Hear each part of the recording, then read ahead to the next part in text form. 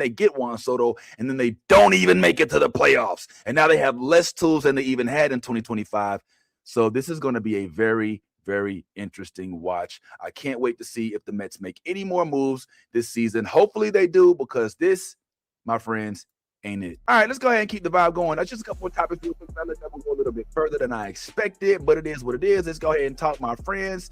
So another thing that happened while I was here at the winter meetings was I was able to view firsthand. Oh, I didn't upload it. I was able to view firsthand the draft. Well, at least the pick, the what do they call it? Like when they pick the draft, the last, the whatever, so the lottery. I don't know, whatever. And I got to see it. It was pretty cool. Let me see if I find it in here, because I might have forgot to put it in here. Is that it? Ooh. Oh, you can't pause these. Oh, here it is. I found it. Okay, cool. I am going to, you know what? I'll put it on there with the sound and everything.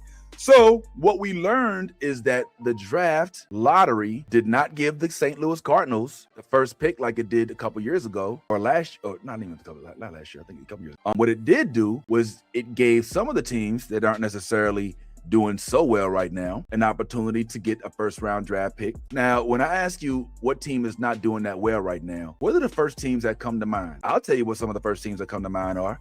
First teams that come to my mind is the Colorado Rockies, the Chicago White Sox, the Pittsburgh Pirates, the Marlins. All right, these are some of the teams that didn't necessarily had the best last couple of years. So those are the ones that I would expect to probably want this draft pick the most. So out of those teams, the news has already been broken, so it's not like you don't already know. But which one, if you don't know, do you think actually got that first round draft pick? I'm gonna give you 5 seconds to decide. All right, and then I'm gonna give you a real quick drum roll. Which one?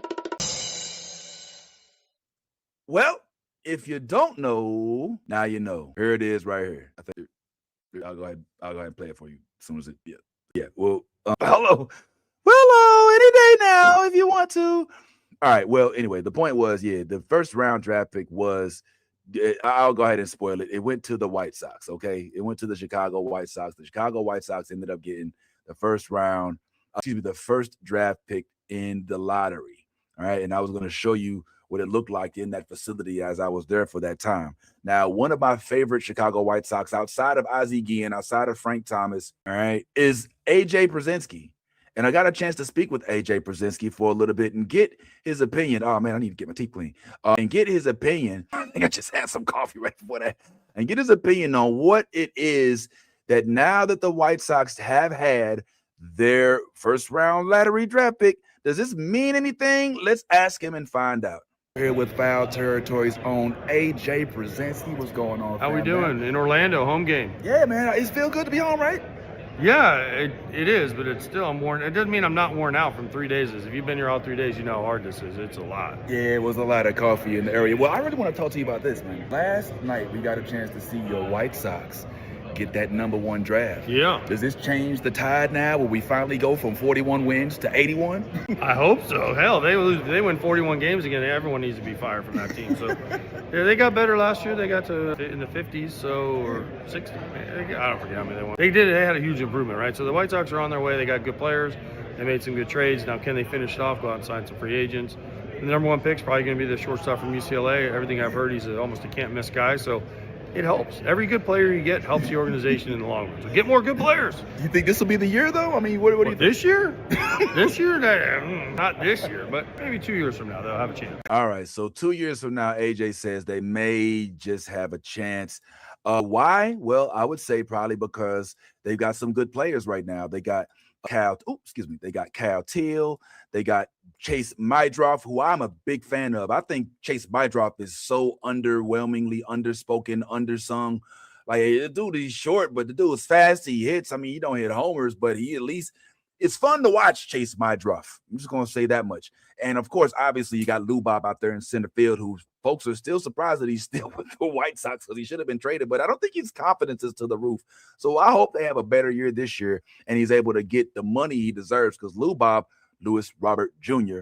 from Cuba, I think is an underrated player. Well, I don't know about underrated, but maybe he just ain't at his potential right now. So let's hope that the White Sox, that AJ Pierzynski's White Sox, do something a little better this upcoming year and maybe, just maybe, we'll get a chance to see them capitalize.